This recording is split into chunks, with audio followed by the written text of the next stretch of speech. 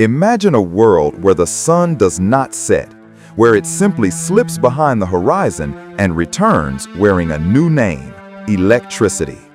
I came to New York expecting modernity. What I found first was night. Not the honest night of forests and oceans, but a manufactured darkness smeared with coal and made theatrical by gas flames that hissed like snakes. The city breathed smoke. It coughed steam. Its streets were narrow canyons where shadows gathered in layers, and a man's face could vanish 2 steps from a lamppost.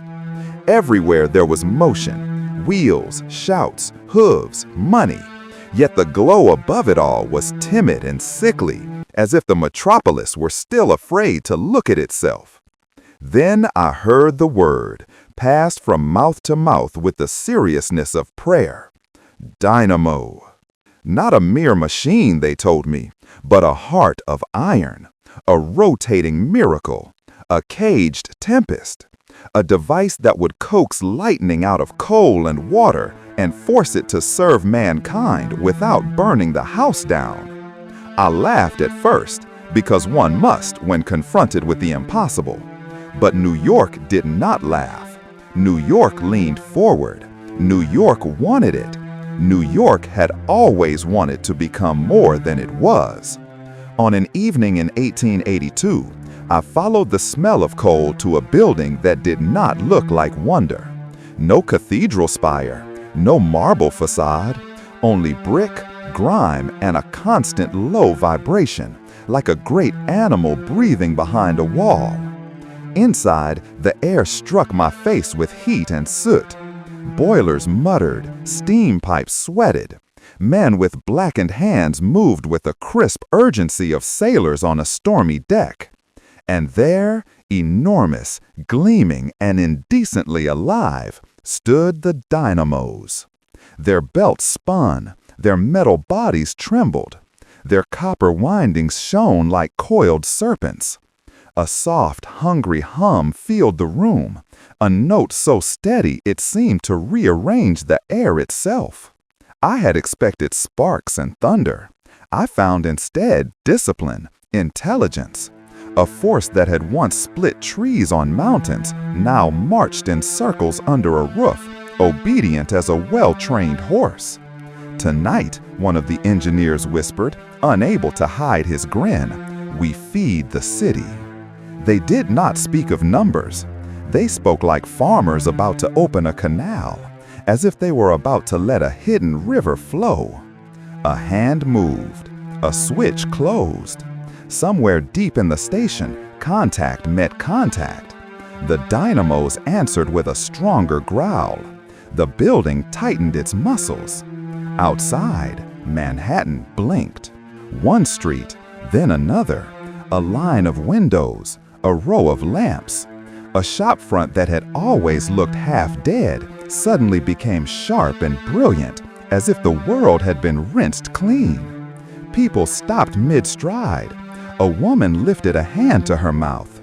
A boy laughed, loud, startled, delighted, because children recognize miracles faster than adults do. Light poured across cobblestones, not the trembling light of flame, but a steady, fearless luminosity. The night did not vanish, not entirely, but it retreated. It stepped back like a thief caught in the open. In that moment, I understood. New York was not installing lamps. It was taming lightning. Yet every new creature mankind domesticates has 2 natures. The horse carries you and throws you. Fire warms you and devours you. Electricity, too, would demand a price for its obedience. And so, inevitably, the titans arrived.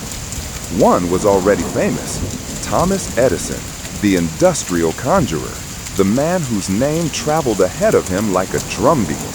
He did not feel like a dreamer. He felt like a builder of empires. He spoke in results. He measured the world in usefulness. If a lamp failed, he did not mourn the idea. He attacked the flaw. He would test and test until the night surrendered. The other arrived like a figure from a different mythology. Nikola Tesla stepped onto New York shore in 1884, tall and precise, almost spectral, carrying little in his pockets and entire machines in his mind. He was not satisfied to bottle lightning. He wanted to teach it to travel, farther than any flame, farther than any street, farther than the imagination of cautious men. He entered Edison's world briefly, and the clash was inevitable. For what happens when an industrialist meets a wizard? The industrialist says, make it work, make it sell, make it now. The wizard says, if we change the current, we change the world. To ordinary citizens, direct and alternating were dull words, technical fog. But I watched those words become banners, armies, futures fighting for the right to be born. Edison's current was steady, loyal, like a marching drum, light that stayed close to its source, a neighborhood sun. Tesla's vision pulsed like a living thing. It rose and fell, reversed and returned, electricity that could be stretched across distance like an artery. The dispute did not remain in laboratories. It spilled into newspapers, into boardrooms, into street corner arguments. Every flicker became evidence. Every spark became propaganda. Men began to speak of the current the way they spoke of politics, as if choosing a wire meant choosing a nation. And then, like a stain on a bright invention, came the electric chair. A pause fell over the city. Not the pause of wonder, the pause of dread.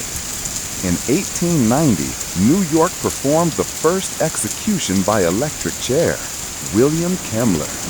They promised it would be clean, swift, scientific, a civilized ending, delivered by modern power. But when the moment arrived, the modern power did not feel like progress. It felt like a storm trapped in a room. Witnesses spoke afterward with faces drained of color, of the smell that no lamp can hide, of time stretching where it should not, of a second surge that turned certainty into horror. For the first time, I saw New York's optimism flinch. I saw men who loved invention look away from it. I felt in my own chest a crack in the bright glass cage we had built for lightning. Because a force is never moral. Only the hand that holds it is. For days, the city carried a new question behind its teeth. Are we masters of lightning, or only its next victims?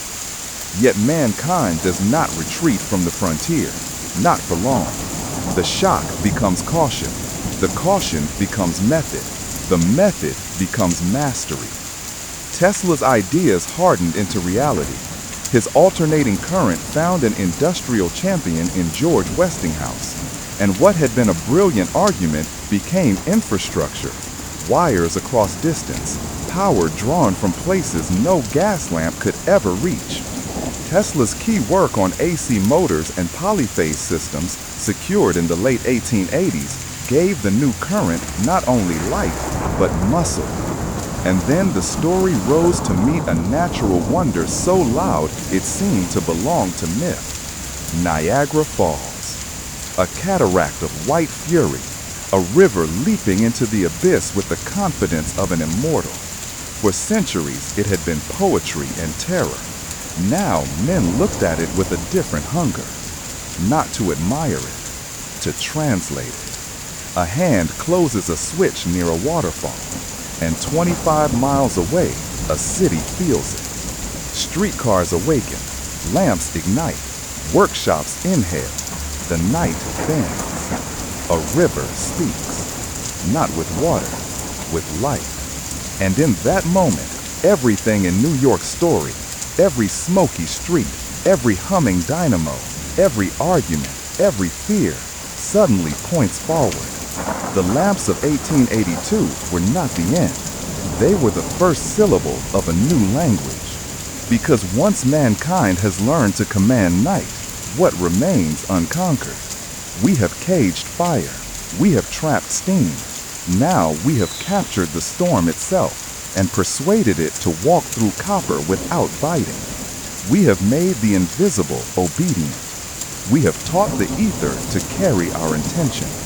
Tonight, when you flick a switch and banish darkness as easily as brushing dust from your sleeve, remember there was a time when such a gesture would have been called sorcery. Remember, too, the darker lesson, that the same current that turns a lamp into a small sun can become a weapon when fear takes the handle. And still, I remain optimistic. Not because progress is gentle, but because progress is human. It learns, it corrects, it dares again. I have seen Manhattan blink and awaken. I have heard the hum of dynamos like the purr of a newborn century. I have watched night retreat step by step from the streets of a city that refuses to sleep. So I will dare the final thought, the one that makes the heart race the way it does when a ship clears the harbor. If we can command the night on Earth, why should we not someday carry our luminous, galvanic human light into the stars?